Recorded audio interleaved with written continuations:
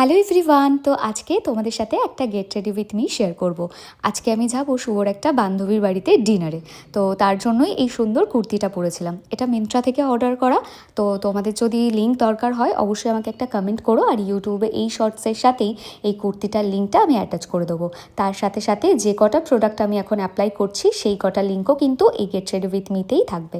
আমি যে কাজলটা অ্যাপ্লাই করছি এটা ফেসেস কানাডার, আমার ভীষণ ভালো লাগে। তার সাথে এই আইশ্যাডো প্যালেটটা তো আমার ভীষণ প্রিয়, ওয়েট অ্যান্ড ওয়াইল্ডের। সত্যি কথা বলতে কি, এটা জানো তো একদম ভেঙে চুরে একাকার হয়ে গেছে। একবার জার্সি, একবার গুল্লু সবার অত্যাচারে সয়ে নিয়েছে। তারপরেও আমি ওর মায়াটা একদমই ছাড়তে পারছি না।